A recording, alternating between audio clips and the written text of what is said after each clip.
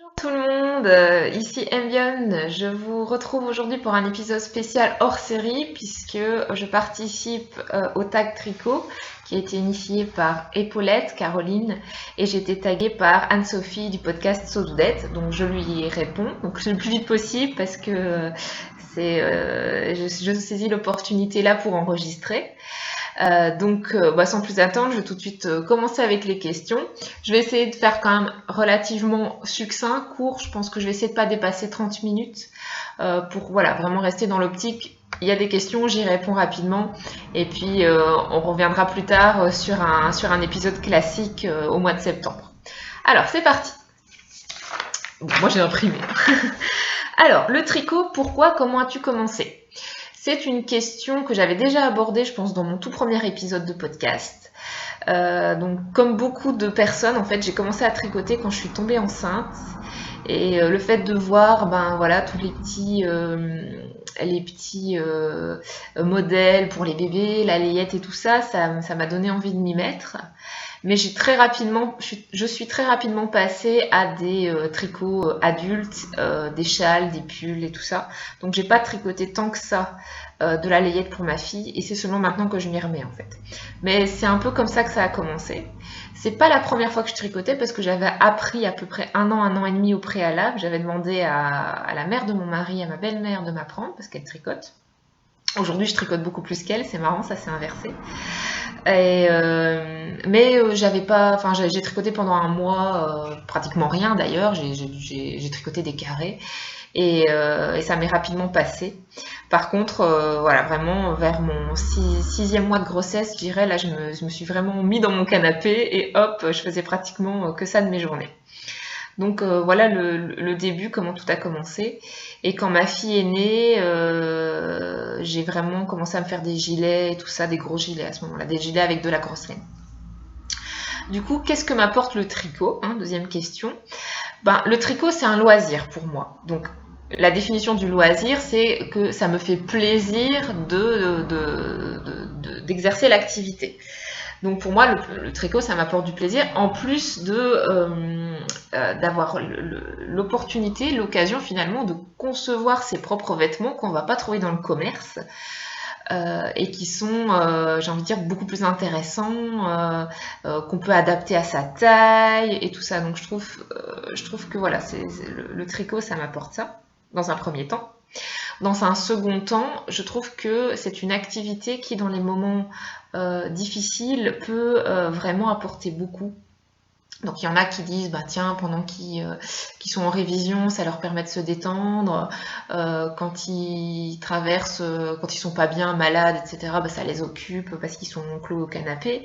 Moi c'est pareil, et je vais même rajouter la particularité de notre situation ici, c'est que donc, ma fille a été très malade, très gravement malade quand elle était toute petite, avec son épilepsie, et on a passé énormément de temps à l'hôpital.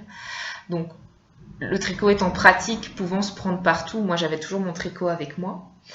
Quand elle dormait et tout, ça me permettait de me changer les idées, en fait, tout simplement. Et je me rappelle même me répéter cette phrase, en fait, plusieurs fois. C'est un petit peu bizarre, vous avez peut-être trouvé ça étrange, mais où je me disais, quand elle allait pas bien, je me dis, elle va pas bien, c'est pas grave, ça va passer, en attendant j'ai le tricot. Enfin, un truc un peu comme ça qui me passait par la tête en me disant, comme si je me raccrochais à ça pour m'encourager à aller de l'avant. C'est un peu bizarre. Et je m'en souviens, maintenant je me pose plus cette phrase-là parce qu'elle va beaucoup mieux, mais je me souviens de m'être dit ça plusieurs fois. Donc c'est assez rigolo en fait, à quel point finalement ça prend de la place dans la vie jusqu'à réussir à être vraiment un pilier, un soutien à un moment donné en fait. Enfin voilà. Moi, le fait d'être passé par là en plus, je pense que c'est vraiment ce qui va conserver le fait que je maintienne cette activité, ce loisir. Je suis quelqu'un qui est passé par plusieurs loisirs. Du jour au lendemain, j'ai complètement arrêté.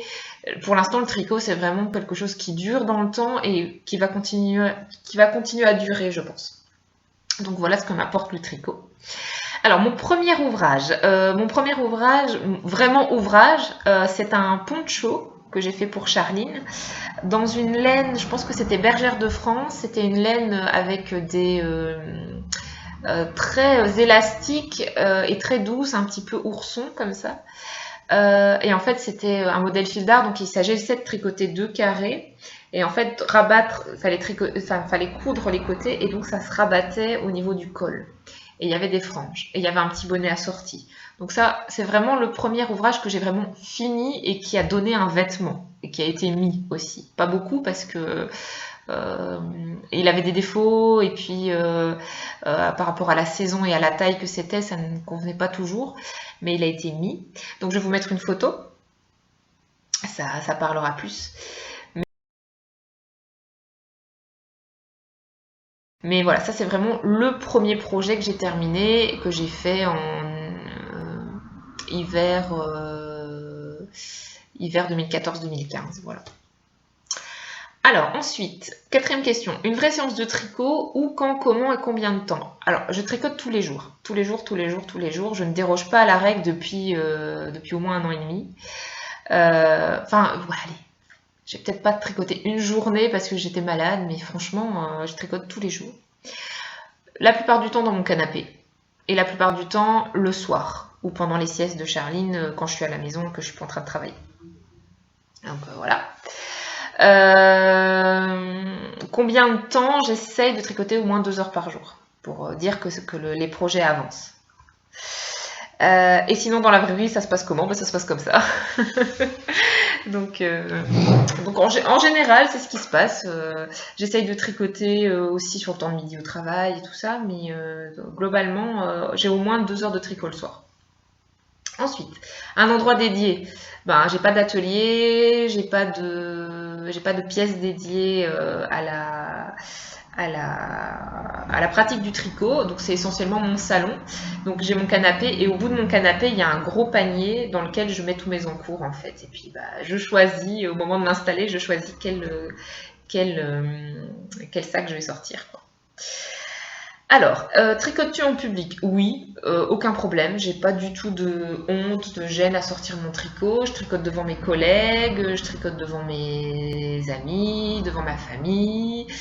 Je ne prends pas trop les transports en commun, donc je peux pas dire que je tricote dans les transports en commun. Mais si j'étais amenée à devoir prendre le train, le bus ou n'importe, je prendrais mon tricot, c'est sûr.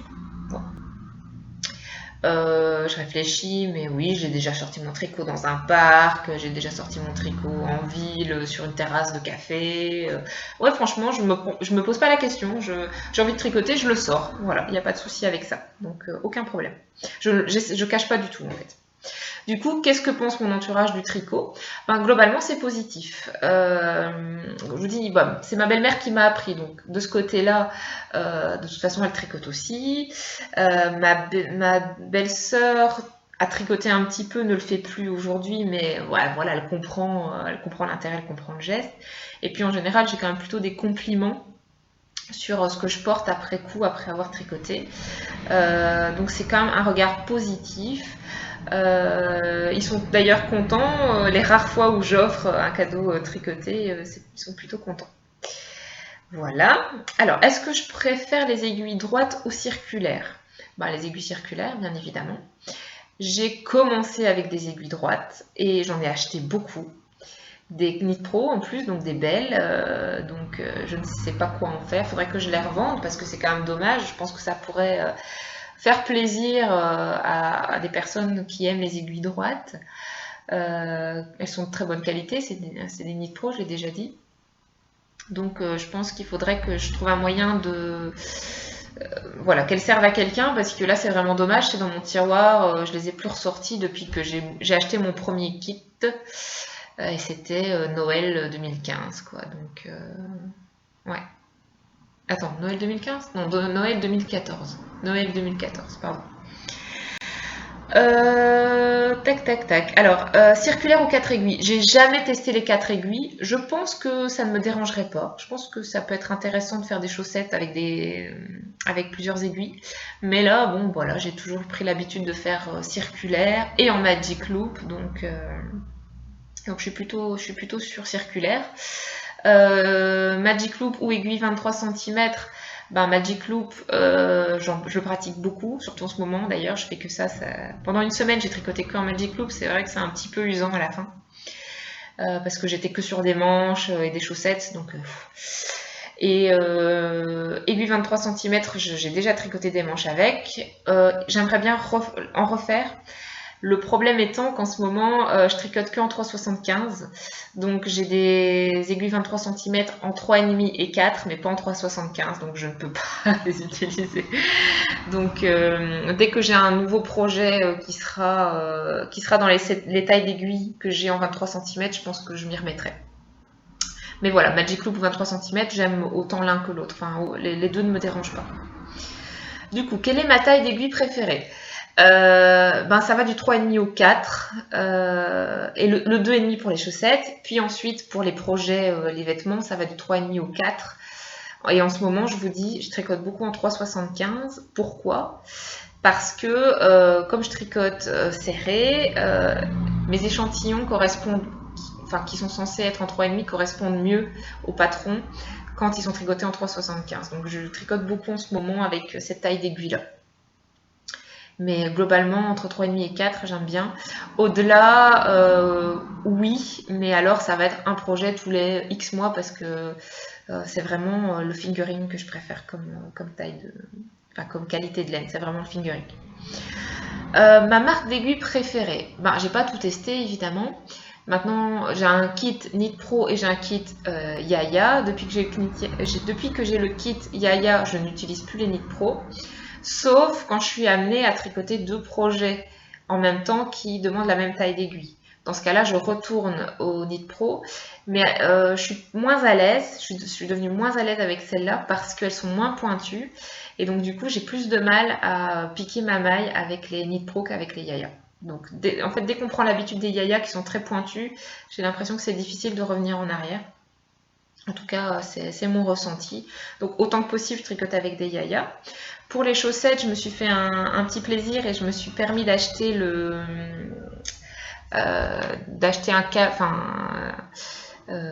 des aiguilles circulaires mais fixes en 2,5 en Chiagou, la marque Chiagou. C'est vrai que le câble il est vraiment intéressant parce qu'il ne se plie pas du tout, il ne retient pas la forme. Et donc pour des chaussettes, c'est bien. Mais bon, voilà, je pense pas acheter un jour le kit qui est quand même pas donné en l'occurrence. Mais pour les chaussettes, c'est intéressant de tricoter avec cette marque-là. Ensuite, quelle est ta matière préférée? Alors, globalement, le mérino. Et si je devais dire un mélange que j'aime beaucoup, je dirais mérino cachemire nylon. Mérino cachemire nylon, j'aime bien, mais il y a aussi mérino cachemire soie. Donc c'est 75% mérino, 15% cachemire, 10% soie. Et c'est la marque Couleur Mouton qui propose ça dans la gamme Dolce Vita. Donc c'est une laine que j'ai tricotée pour faire mon châle Kélias. Et j'en ai encore en stock. J'ai 2 écheveaux en stock pour un projet non défini pour l'instant. Et vraiment, elle est très très agréable. Il y a 10% de soie, donc elle brille un petit peu, mais pas trop. Parce qu'effectivement, le 50% soie, j'ai un petit peu du mal aussi finalement. Mais 10%, c'est ce qu'il faut, je trouve. Donc j'aime beaucoup ça.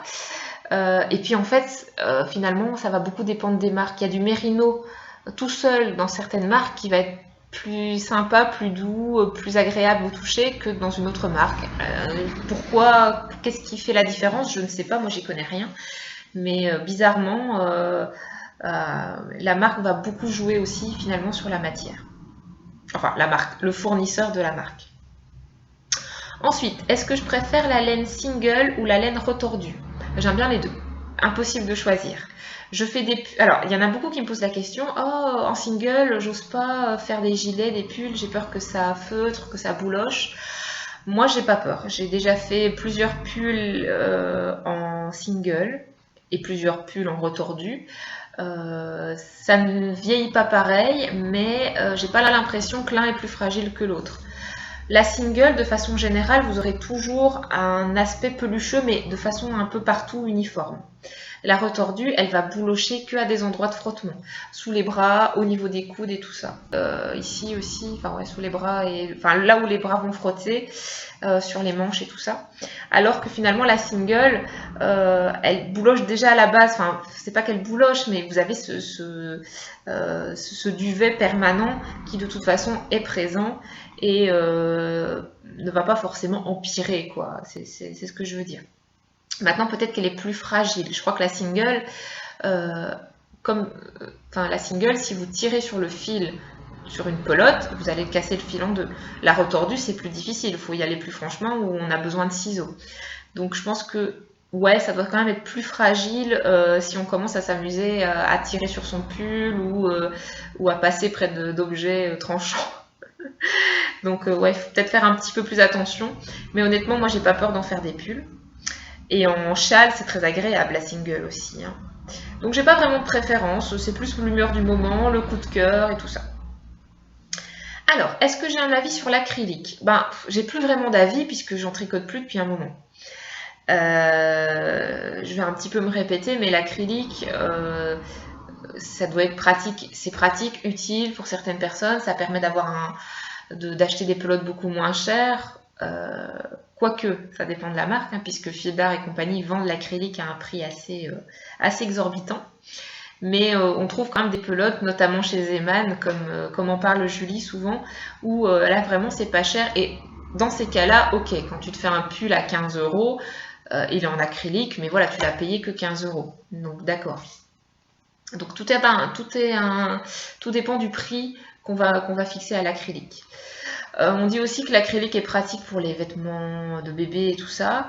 Alors oui et non, moi maintenant je tricote pour ma fille avec de la Malabrigo, avec des laines un peu plus nobles quand même que de l'acrylique. Il n'y a pas de raison qu'elle ait des trucs moins doux qui grattent que moi avec mes machins, quoi. Donc je dois les laver à la main, mais c'est pas grave. J'assume complètement. Donc voilà. Alors, quelle est ta marque de laine industrielle préférée? Ben, industrielle, je pense que le Malabrigo c'est industriel, hein, puisque ça doit être teint de façon à grande échelle et tout ça, donc je dirais que c'est cette marque-là que je préfère. Et la marque de laine teinte à la main préférée, pour l'instant, parce que je connais pas tout et tout ça, je dirais que c'est la Trélise, donc la marque de laine grecque qui est teinte par Lise, qui vraiment offre des coloris intéressants. Et alors, je trouve que la douceur de ces écheveaux qui contiennent du nylon notamment est quand même assez intéressante. Et les prix aussi sont intéressants pour l'instant. Alors, quels sont mes revendeurs préférés en ligne et en boutique? En ligne, j'achète souvent chez Laine et Tricot, comme beaucoup d'entre vous. J'ai testé mon Ship Shop et L'île Luiseul, qui a aussi une boutique en ligne. Donc j'ai été satisfaite par toutes ces boutiques en ligne, il n'y a aucun souci. J'ai testé Kaléidoscope aussi, qui est basé en Belgique, et j'ai commandé sur leur boutique en ligne. Et j'ai eu un souci sur ma commande, et ça s'est très bien passé parce que j'ai pu renvoyer ma laine sans frais, et ils m'ont renvoyé le bon coloris. Il y a eu une erreur de coloris en fait. Donc très très bien, aucun problème. Et évidemment, ma boutique préférée physique, c'est la cabane tricotée. Je vous en parle dans chaque épisode de podcast, donc je vais pas revenir là-dessus. C'est vraiment un très chouette endroit et avec une très très sympathique gérante. Alors, quelle laine as-tu envie de découvrir? J'aimerais bien découvrir, parce que j'en ai quand même pas mal entendu parler dans les podcasts, ces pâtes de velours. Alors en plus c'est intéressant puisque visiblement on peut commander, elle teint à la demande, donc on peut commander telle qualité de laine dans tel coloris et puis on l'a au bout de quelques semaines, j'imagine assez rapidement.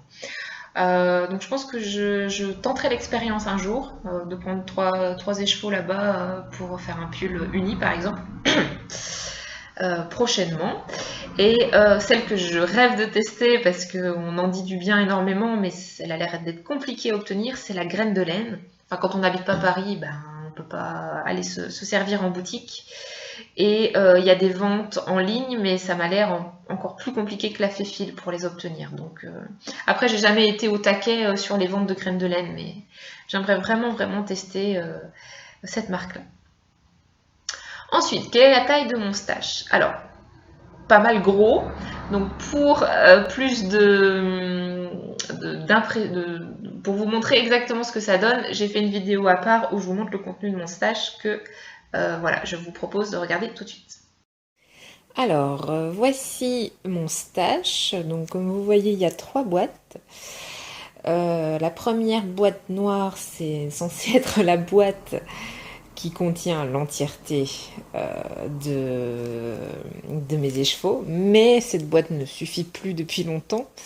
Donc j'ai commencé à entamer la boîte blanche et la du milieu. Et la boîte blanche de droite, ce sont les restes de laine. Donc je vous montre. Donc celle-là, on va vraiment dire, c'est la principale. Voilà.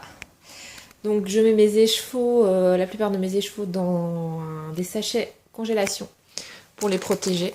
Et en général, ils sont regroupés par ensemble. Hein, donc des trios ou des duos pour des châles. Ou alors là, par exemple, vous avez 3 écheveaux de la même couleur pour un pull. Donc, je vous montre un petit peu plus. Désolée pour le bruit des sachets. Voilà. Laine à chaussettes. Ça sont des pulls ou châles. Voilà. De la couleur mouton, Madeleine Toche, LTLG.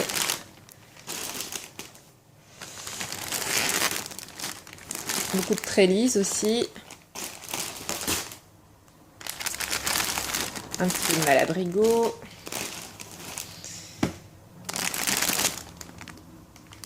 De la laine amourée aussi, j'ai de la haute gamme. De la jog, bien sûr. Voilà, il y a de quoi faire encore. Hein. Il y a de quoi faire. Hein. Hop. Une petite boule aussi. De la Zauber Ball, je pense. Ouais, c'est de la Zauber Ball. Et puis j'ai aussi des petits sachets où je mets de l'huile essentielle de lavande dessus pour... bah voilà, ça a des vertus anti-mites. Voilà, donc ça c'est la première boîte. Il y en a encore dedans hein, des petits ensembles. Et dans la deuxième boîte, en fait, là en fait c'est plus des écheveaux un petit peu différents. Là par exemple, vous avez... comment on appelle ça ? La cascade héritage, là par exemple, ce serait pour faire les jumping jack chaussettes. Mais j'ai pas encore eu le temps de me mettre à ces chaussettes là. Et puis on a des... Enfin ça prend beaucoup de place en fait. C'est des pelotes comme ceci qui est de la grosse laine. Elle est très douce donc je pense que je veux quand même en faire quelque chose. Mais j'ai toujours pas trouvé le projet pour l'instant. Il s'agirait d'un projet qui se tricote en... alors... il fait pas la mise au point en 5,5. 5,5. Donc je ne sais pas, j'ai pas encore. Ça c'est pour un gilet pour ma puce. Il y a encore des laines à chaussettes de ce style-là en pelote en fait. De la fidar, de la flotte sock. Voilà, mais essentiellement dans cette boîte-là, c'est ces choses-là en fait. Et puis la boîte de reste de laine. Voilà. Donc des mini cakes qui sont encore quand même pas mal gros pour la plupart en fait. Hein. Ils restent en général 20 grammes, 25 grammes, 30 grammes. Donc je garde précieusement en me disant qu'un jour ça servira dans un projet pour une petite partie de couleur, quelques rayures ou des choses comme ça, ou pour des chaussettes, voilà. Donc, mais elle est déjà à moitié pleine aussi cette boîte là. Donc voilà, voilà mon stash. Qui est quand même pas mal gros, mais en même temps, je ne culpabilise pas du tout. Là, je me dis que ça va. Et puis ici, vous avez encore une dernière boîte. Et là, cette fois-là, vous avez les boutons, les perles, les ustensiles pour la couture et tout ça. Donc, il n'y a pas de laine dedans. Voilà. Voilà. Ensuite, comment choisis-tu ta laine? Alors, avant, je choisissais vraiment, je choisissais pas. C'est-à-dire que j'attendais d'avoir le coup de cœur, et il venait rapidement, pour me dire, bah tiens, je prends cet écheveau-là, il est trop beau. Je prends cet écheveau-là, il est trop beau. Et je me retrouvais avec que des écheveaux tout seuls, qui n'allaient avec rien, et ça, c'était compliqué. Maintenant, je choisis ma laine avec, je pense, un petit peu plus de recul, un petit peu plus de... comment dire, de réflexion, je réfléchis avant d'acheter. Alors si je prends cet écheveau-là tout seul, est-ce qu'il va aller ou pas avec quelque chose? Est-ce qu'il vaut mieux pas que j'en prenne 3 pour avoir quelque chose d'uni et tout ça? C'est vrai que les derniers achats que j'ai faits, c'était un petit peu plus comme ça. Alors soit écheveau uni pour des chaussettes, soit j'en prenais plusieurs pour dire d'avoir assez en stock pour faire un projet important comme un pull. Donc voilà, maintenant j'essaye de réfléchir un petit peu plus à ce que je fais. Ensuite, est-ce qu'un no-buy est-il envisageable? Alors oui et non. Non dans le sens où j'ai pas envie d'absolument me bloquer, de m'interdire d'acheter quelque chose, parce que je trouve que ça n'a pas de sens si vraiment on tombe sur quelque chose de très sympathique. On va pas se dire ah non je peux pas, je suis en no-buy, machin. Je trouve j'ai pas envie de m'imposer une règle vraiment très stricte. Par contre, me dire, maintenant, comme je sais que j'ai beaucoup de stock, vous venez de le voir, je fais un peu plus attention parce que je sais que de toute façon, là, j'ai de quoi me tricoter 3 châles, que j'ai de quoi me tricoter 2 pulls. Oui, mais vraiment, si je sais que je vais tomber si je tombe sur une laine que je sais que je ne vais pas revoir de toute façon et que je suis sûre que je l'aime bien et tout ça, tout en achetant le nombre des chevaux susceptibles d'être le bon pour les projets qui iraient avec la laine, non, j'ai pas envie de me priver. Donc là, je suis pas en phase no-buy, je suis en phase, je fais un petit peu plus attention. Je vais probablement moins revenir avec des écheveaux, avec une grosse quantité d'écheveaux et régulièrement. Je vais peut-être plus faire quelques achats de temps en temps, une fois tous les 2 mois ou quelque chose comme ça, d'ici la fin de l'année, je pense. Mais je m'impose pas une règle de no-buy stricte. 23. Est-ce que je tricote lâche ou serré? Ben, j'ai déjà répondu, je tricote serré. Moi, je tricote toujours plus serré que les échantillons. Donc, je dois toujours ajuster soit la taille d'aiguille, soit la taille du modèle que je vais tricoter. Ce qui est assez rageant parce que généralement, je fais du S pour le tricot et je me retrouve toujours à tricoter des tailles M ou L avec plus de mailles et tout ça. Donc, ça me prend plus de temps que si, voilà. Mais bon, c'est comme ça. Alors, échantillon, bon ou mauvais élève. Ça dépend pour quel type de projet. Je ne fais jamais d'échantillon pour les châles, pour les chaussettes et pour les tricots pour Charline. Les chaussettes, en général, il n'y a pas de souci. Les châles, je me dis que ça sert à rien. Il sera un petit peu plus petit ou un petit peu plus grand que ce qui était prévu. C'est pas grave. Et pour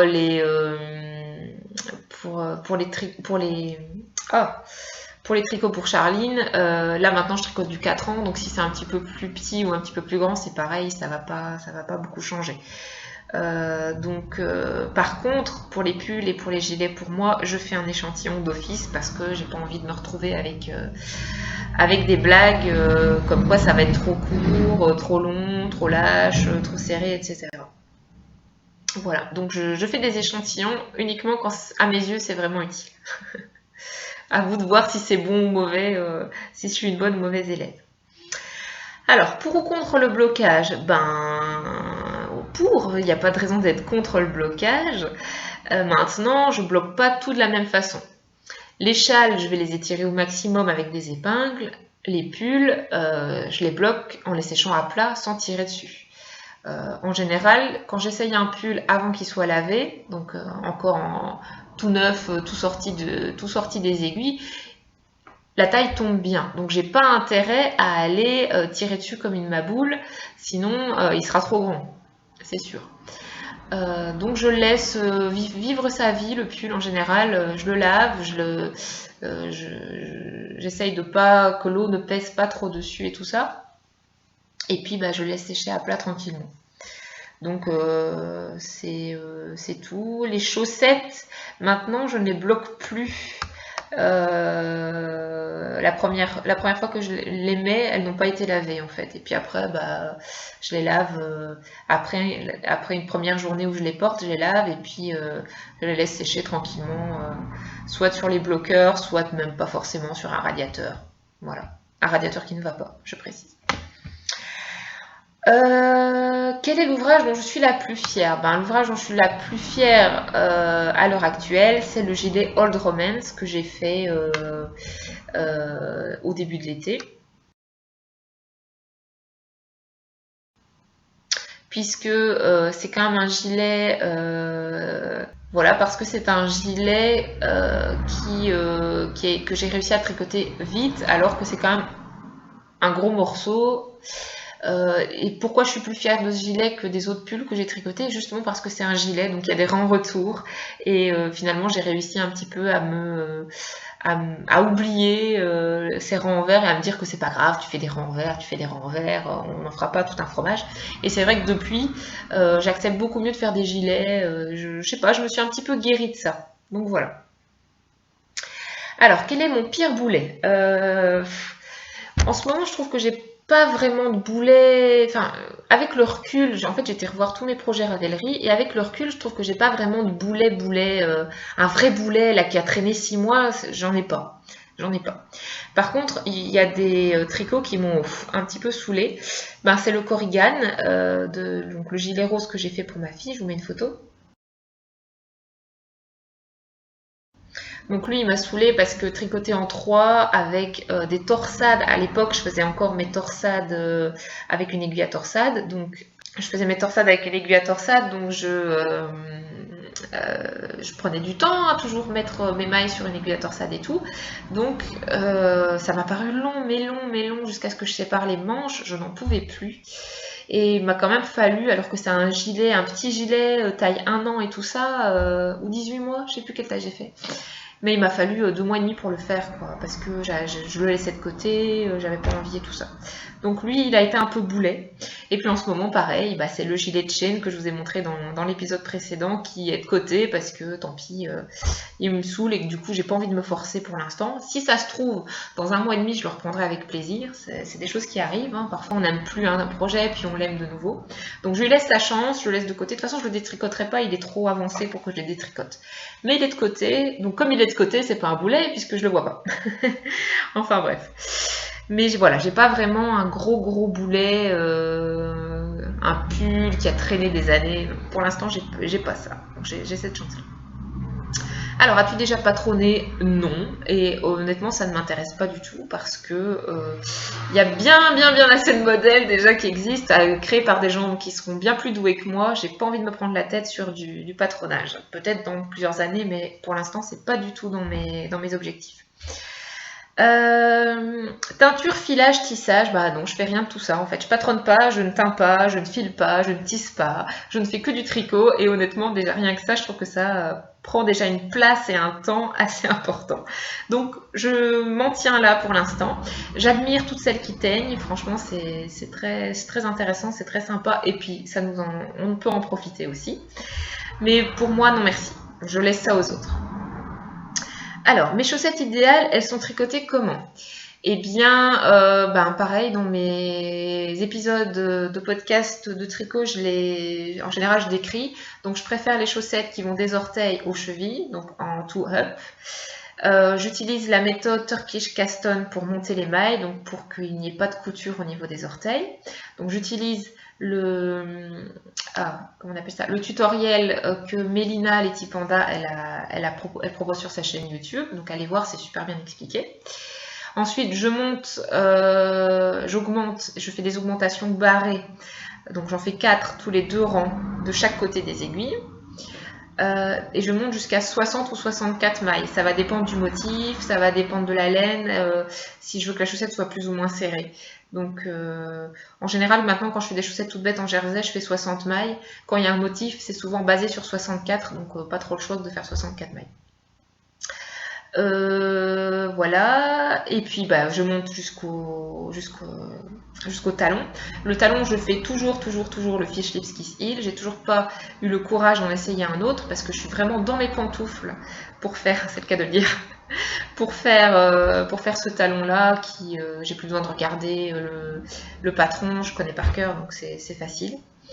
Puis une fois que ce talon est fait, je monte. En général, quand la chaussette est repliée en 2, les côtes arrivent au moment où j'ai monté les orteils. D'accord ? Donc je fais quand même des chaussettes, on va dire, qui arrivent mi-hautes. Parce qu'il y en a des plus hautes que moi, mais il y en a des beaucoup plus courtes aussi. Donc je force pas trop la hauteur, mais quand même j'aime bien quand ça monte suffisamment haut pour bien couvrir le début du mollet. Voilà. Donc je les fais pratiquement toujours comme ça, c'est les chaussettes. Alors, est-ce que je tricote pour moi ou pour les autres? 90% pour moi, 10% pour les autres. Quand je dis pour moi, je compte Charline dedans. Donc pour moi ou pour Charline, c'est dans le 90%. Et puis pour les autres, de temps en temps un petit cadeau. Donc voilà. Le prochain, je vais peut-être faire un petit tricot, tiens, pour quelqu'un dans pas très longtemps. Bon, il y a des bébés, hein, donc faut bien les habiller, ces petits bouts de chou. Donc je pense que je vais peut-être refaire un petit cadeau de naissance. Est-ce que j'ai une anecdote tricotesque? Pas vraiment. J'ai essayé de réfléchir. Est-ce que j'avais une petite histoire à vous raconter autour de ça? J'en ai pas. Du coup, je vais juste me rabattre sur un fait. J'ai tricoté un trendy châle rouge le dernier mois de ma grossesse. Ouais, c'était ça. Et ce châle ne m'a plus quittée jusqu'à la naissance de ma fille. Et il a fait tous les allers-retours à la maternité, parce que j'ai été 4 fois quand même à la maternité avant d'être enfin admise, comme dire ça y est, c'est bon madame, vous allez accoucher. C'était bien long. Et voilà, donc ce châle, quelque part, il a un peu une connotation particulière pour moi. Il est en bergère de France, mais c'est pas grave, en acrylique, mais c'est pas grave. Et voilà, donc c'est un châle un petit peu spécial qui m'a suivi dans cette période de ma vie. Voilà, alors quelles sont tes autres activités créatives? J'en ai pas vraiment d'autres. J'ai dessiné un temps, j'ai fait de la photo un temps, mais malheureusement tout ça est derrière moi parce que je n'ai pas perduré les choses. Mais c'est vrai que la photo, j'aimais vraiment beaucoup, beaucoup à un moment donné. J'en ai fait beaucoup. Il y a vraiment un an et demi de ma vie où j'étais vraiment que là-dedans, à utiliser des logiciels de retouche, à essayer de comprendre le fonctionnement de mon appareil photo numérique réflexe et tout ça et tout ça. Mais c'est vrai que là, pour l'instant, j'ai assez arrêté. À part pour prendre des photos de ma fille de temps en temps, que j'essaye de faire un peu jolie, voilà. Je fais plus trop de photos malheureusement. C'est dommage, mais peut-être que ça me reprendra plus tard avec la maturité, avec l'âge, avec l'expérience. Mais là, c'est vraiment tricot. Donc, d'ailleurs, mon mari se moque un peu de moi. Du coup, quand il discute avec ma fille, il dit « Maman en train de tricoter, maman elle tricote en cuisinant, maman elle tricote en repassant, maman elle tricote en regardant la télé, maman elle tricote en dormant. » Voilà, donc bon, on en rit, donc c'est que du positif encore une fois. Bon, sur ce, je pense que j'ai répondu à toutes les questions du tag. Je remercie Épaulette pour son idée, parce que c'est sympa. Moi, j'ai hâte de voir un petit peu les tags de tout le monde. Alors, je ne sais pas trop qui taguer. Donc moi, je vais aussi taguer 3 personnes qui ont peut-être déjà été taguées. Je suis désolée si c'est le cas, mais bon, de toute façon, vous en ferez qu'un, donc il n'y a pas de souci. Donc je vais taguer Emeline de la boîte à fabrique, je vais taguer Macri Serinde et je vais taguer Bambanitz. Voilà. Donc j'espère que vous le ferez les filles. De toute façon, prenez votre temps, il n'y a pas d'urgence. Et en attendant, je vous souhaite une très bonne journée, très bonne soirée, tout ce que vous voulez, un très bon week-end. Et puis, je vous dis à bientôt pour un prochain épisode de podcast. Salut!